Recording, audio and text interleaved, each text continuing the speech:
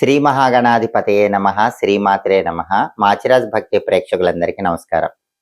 మే 21వ తేదీ నుంచి మే 31వ తేదీ వరకు ఈ 11 రోజుల్లో మేషాది ద్వాదశ రాశులకి గ్రహాల సంచారాన్ని బట్టి రాశి ఫలితాలు ఎలా ఉండబోతున్నాయో, అలాగే ఏ గ్రహాలు అనుకూలంగా ఉన్నాయో, ఏ గ్రహాలు వ్యతిరేకంగా ఉన్నాయో, అనుకూల గ్రహాలు ఇంకా అనుకూలించడానికి, వ్యతిరేక గ్రహాలన్నీ కూడా అనుకూల గ్రహాలుగా మారిపోవటానికి, అంటే వాటి వ్యతిరేకత తగ్గింపజేసుకోవటానికి ఎలాంటి శక్తివంతమైన పరిహారాలు చేసుకోవాలో, ఏ దేవీ దేవతల ఆలయ దర్శనం చేయాలో, ఏ మంత్రాలు చదువుకోవాలో, ఏ స్తోత్రాలు చదువుకోవాలో, గోమాతకి ఏ ఆహారం తినిపించాలో, ఎటువంటి దానాలు నిర్వహించాలో, ద్వాదశ రాశుల వారికి మే 21 నుంచి మే 31 మధ్యలో ఈ 11 రోజుల్లో వాళ్ళ భవిష్యత్ ఎలా ఉంటుందో, సంపూర్ణంగా రాశి ఫలాలు ఏ విధంగా ఉండబోతున్నాయో ఈ వీడియోలో మనం తెలుసుకుందాం. తదుపరి కన్యా రాశి. కన్యా రాశి వాళ్ళకి మే 21వ తేదీ నుంచి మే 31వ తేదీ మధ్యలో ఈ 11 రోజుల్లో గ్రహాల సంచారాన్ని బట్టి రాశి ఫలితాలు పరిశీలించినట్లయితే,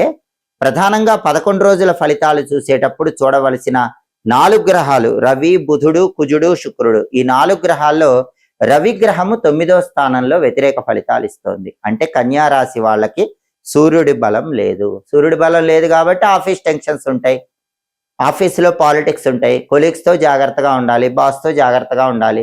అగ్రికల్చర్ ఫీల్డ్లో కానీ పొలిటికల్గా కానీ కొన్ని ఇబ్బందులు ఉంటాయి, వాటిని తట్టుకొని ముందడుగు వేయాలి. అలాగే తండ్రి వైపు బంధువులతో కూడా జాగ్రత్తగా ఉండాలి. రవి 9వ స్థానంలో వ్యతిరేక ఫలితాలు ఇస్తున్నాడు కాబట్టి ఫాదర్ సైడ్ నుంచి రావాల్సిన ప్రాపర్టీస్ ఏవైనా ఉంటే అవి కూడా లాస్ట్ మూమెంట్లో స్ట్రక్ అయ్యే అవకాశాలు ఎక్కువగా ఉంటాయి.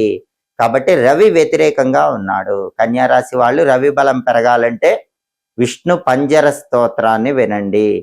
ఓం నమో భగవతే వాసుదేవాయ మంత్రాన్ని రోజు 21 సార్లు చదువుకోండి. ఎందుకంటే సూర్యుడికి అధిష్టాన దైవం విష్ణుమూర్తి, కృష్ణ పరమాత్మ, కాబట్టి ఆ మంత్రం చదువుకోవాలి.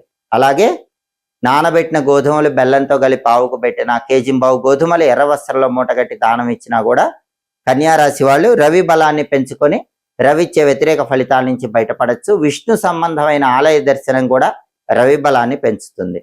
అలాగే బుధుడు 9, 10 స్థానాల్లో సంచారం చేస్తున్నాడు.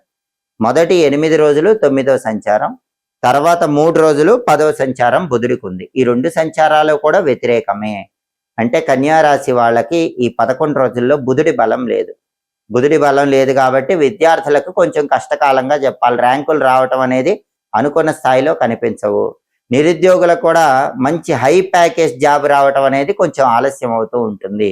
ఇంటర్వ్యూల్లో లాస్ట్ రౌండ్లో ఫెయిల్ అయిపోయే అవకాశాలు ఉంటాయి. బిజినెస్లో కూడా ఫ్లక్చుయేషన్స్ ఎక్కువ ఉంటాయి, ఊహించిన విధంగా లాభాలు కనిపించవు. కాబట్టి విద్యార్థులకి, నిరుద్యోగులకు, వ్యాపారస్తులకి బుధుడి బలం లేదు కాబట్టి, బుధుడి వ్యతిరేక ఫలితాలు ఇస్తున్నాడు కాబట్టి బుధుడి బలం పెరగటానికి గణపతి ఆలయ దర్శనం కన్యా రాశి వాళ్ళు చేసుకోవాలి.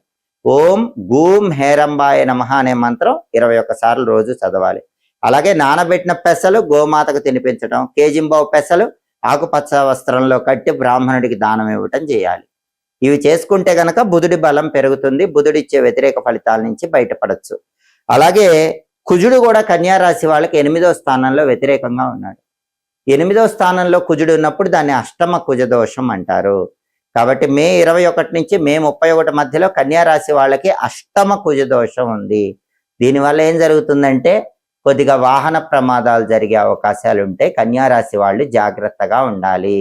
ఈ 11 రోజుల్లో కన్యా రాశి వాళ్ళు బండి మీద వెళ్తున్నా, కారులో వెళ్తున్నా దెబ్బలు తగిలి కింద పడే అవకాశం ఉంది. కాబట్టి ఇష్టదేవతను స్మరించుకుంటూ సురక్షిత ప్రయాణాలు చేయటం అలవాటు చేసుకోవాలి. అలాగే రియల్ ఎస్టేట్ కూడా డల్గా ఉంటుంది. లాస్ట్ మూమెంట్లో డీల్స్ క్యాన్సిల్ అయ్యే అవకాశం ఉంది. ప్రాపర్టీస్ కొనటానికి కానీ అమ్మటానికి కానీ కన్యా రాశి వాళ్ళకి అస్సలు బలం లేదు. ఎందుకంటే 8వ ఇంట్లో కుజుడు ఉన్నాడు. అష్టమ కుజదోషం ఉన్నప్పుడు ప్రాపర్టీస్ పరంగా పెద్ద బెనిఫిట్స్ ఉండవు, రియల్ ఎస్టేట్ డల్గా ఉంటుంది. బ్రదర్స్తో కూడా జాగ్రత్తగా మాట్లాడాలి, లేకపోతే కొన్ని డిస్ప్యూట్స్ వస్తాయి.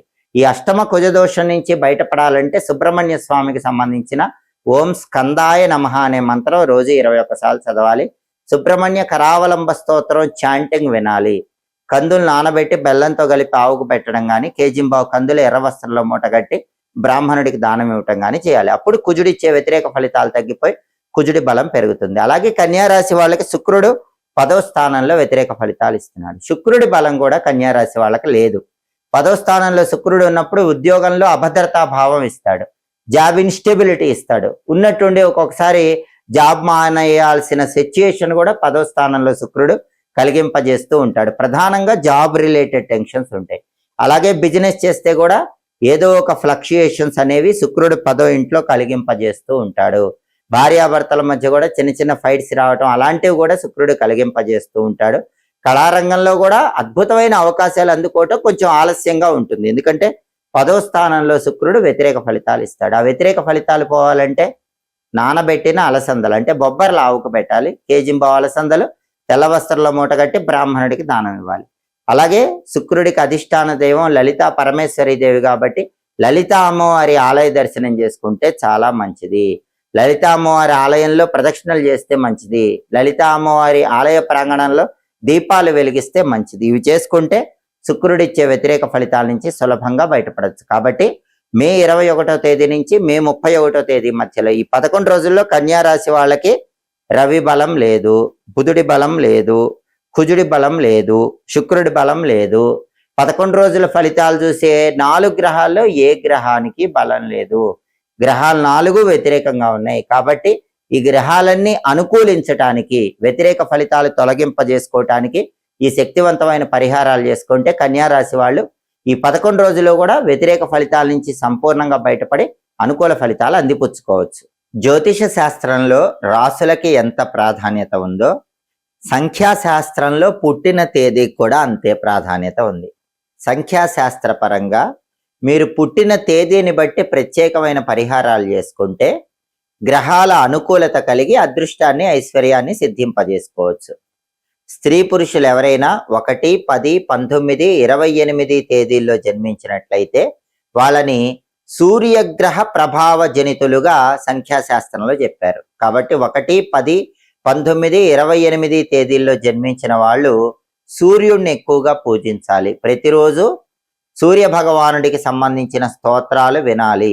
అలాగే నెలకొక్కసారి గోధుమలు దానం ఇచ్చుకోవాలి. అప్పుడు వాళ్ళకి జీవితంలో తొందరగా అదృష్టం కలిసి వస్తుంది. అలాగే సంఖ్యాశాస్త్ర పరంగా 2, 11, 20, 29 తేదీల్లో జన్మించిన వాళ్ళని చంద్రగ్రహ ప్రభావం ఉన్న జాతకులుగా చెప్తారు. ఇటువంటి వాళ్ళు ప్రతిరోజు కూడా చంద్రుడికి అధిష్టాన దేవుడైనటువంటి పరమేశ్వరుణ్ణి గాని లక్ష్మీదేవిని గాని ఎక్కువగా పూజించాలి.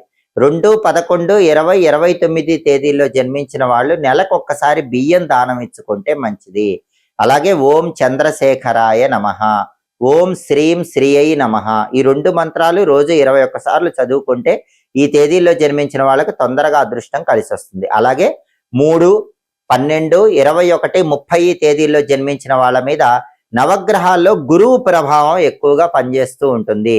వీళ్ళు నెలకొక్కసారి శనగలు దానం ఇచ్చుకుంటే చాలా మంచిది. అలాగే వీళ్ళు తరచుగా ఈశ్వరుణ్ణి పూజించాలి.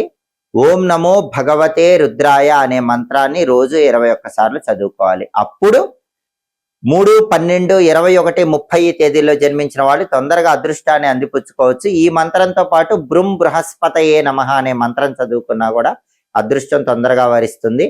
4, 13, 22, 31 తేదీల్లో జన్మించిన వాళ్ళని రాహుగ్రహ ప్రభావ జనితులుగా సంఖ్యాశాస్త్రంలో చెప్పారు. కాబట్టి వీళ్ళు దుర్గాదేవిని ఎక్కువగా పూజించాలి. వీలైనప్పుడల్లా దుర్గాదేవి ఆలయంలో నిమ్మకాయ దీపాలు వెలిగించుకుంటే చాలా మంచిది. దుమ్ దుర్గాయై నమః అనే మంత్రం రోజు 21 సార్లు చదువుకోవాలి. నెలకొక్కసారి మినుములు దానం ఇచ్చుకుంటే తొందరగా అదృష్టం కలిసి వస్తుంది. 5, 14, 23 తేదీల్లో జన్మించిన వాళ్ళ మీద నవగ్రహాల్లో బుధుడి ప్రభావం ఎక్కువగా పనిచేస్తుంది. వీళ్ళు రోజు గణపతి మంత్రం చదువుకోవాలి. గం గణపతయే నమః అనే మంత్రం రోజు 21 సార్లు చదువుకోవటం, నెలకొకసారి పెసలు దానం ఇచ్చుకోవటం చేస్తే జీవితంలో తొందరగా అదృష్టం కలిసి వస్తుంది. 6, 15, 24 తేదీల్లో జన్మించిన వాళ్ళ మీద నవగ్రహాల్లో శుక్రుడి ప్రభావం ఎక్కువగా పనిచేస్తుంది. కాబట్టి 6, 15, 24 తేదీల్లో జన్మించిన వాళ్ళు శుక్రుడికి అధిష్టాన దైవం లలితా అమ్మవారు కాబట్టి లలితా అమ్మవారిని ఎక్కువగా పూజించాలి. ఓం రాజరాజేశ్వరి రాజ్యదాయిని రాజ్యవల్లభాయే నమో నమః అనే మంత్రం రోజు 21 సార్లు చదువుకోవటం, నెలకొక్కసారి అలసందలు అంటే బొబ్బర్లు దానం ఇచ్చుకోవటం ద్వారా జీవితంలో తొందరగా మంచి పురోభివృద్ధి ఏర్పడుతుంది. 7, 16, 25 తేదీల్లో జన్మించిన వాళ్ళ మీద నవగ్రహాల్లో కేతువు ప్రభావం ఎక్కువగా పనిచేస్తుంది. కేతువుకు అధిష్టాన దైవం గణపతి కాబట్టి 7, 16, 25 తేదీల్లో జన్మించిన వాళ్ళు ప్రతిరోజు ఓం గ్లౌం గణపతయే నమః అనే మంత్రం 21 సార్లు చదువుకోండి. నెలకొక్కసారి ఉలవలు దానం ఇవ్వండి. అప్పుడు మీకు జీవితంలో తొందరగా అదృష్టం కలిసి వస్తుంది. 8, 17, 26 తేదీల్లో జన్మించిన వాళ్ళ మీద నవగ్రహాల్లో శని ప్రభావం ఎక్కువగా పనిచేస్తుంది. అందుకే 8, 17, 26 తేదీల్లో జన్మించిన వాళ్ళు ఆంజనేయ స్వామిని గాని, వెంకటేశ్వర స్వామిని గాని, ఈశ్వరుణ్ణి గాని ఎక్కువగా పూజించండి. ప్రతిరోజు ఓం గోవిందాయ నమః, శ్రీ రామదూతాయ హనుమతే నమః, ఓం నమః శివాయ ఈ 3 మంత్రాలు కూడా 21 సార్లు చప్పున చదువుకుంటే తొందరగా అదృష్టం కలిసి వస్తుంది. నెలకొక్కసారి నువ్వులు దానం ఇచ్చుకోవటం ద్వారా కూడా జీవితంలో తొందరగా అదృష్టాన్ని, ఐశ్వర్యాన్ని సిద్ధింపజేసుకోవచ్చు. ఇక చివరగా 9, 18, 27 తేదీల్లో జన్మించిన వాళ్ళ మీద నవగ్రహాల్లో కుజుడి ప్రభావం ఎక్కువగా పనిచేస్తుంది. 9, 18, 27 తేదీల్లో జన్మించిన వాళ్ళు సుబ్రహ్మణ్య స్వామిని, నరసింహస్వామిని ఎక్కువగా పూజిస్తే జీవితంలో తొందరగా అదృష్టం కలిసి వస్తుంది. ఓం సాం శరవణ భవ, ఓం నమో నారసింహాయ ఈ 2 మంత్రాలు ప్రతిరోజు 21 సార్లు చదువుకోవటం, నెలకొక్కసారి కందులు దానం ఇచ్చుకోవటం ద్వారా జీవితంలో తొందరగా అదృష్టాన్ని, ఐశ్వర్యాన్ని సిద్ధింపజేసుకోవచ్చు. కాబట్టి జ్యోతిష శాస్త్ర పరంగా రాసులకు ఎంత ప్రాధాన్యత ఉందో సంఖ్యాశాస్త్రంలో పుట్టిన తేదీలకు కూడా అంతే ప్రాధాన్యత ఉంది.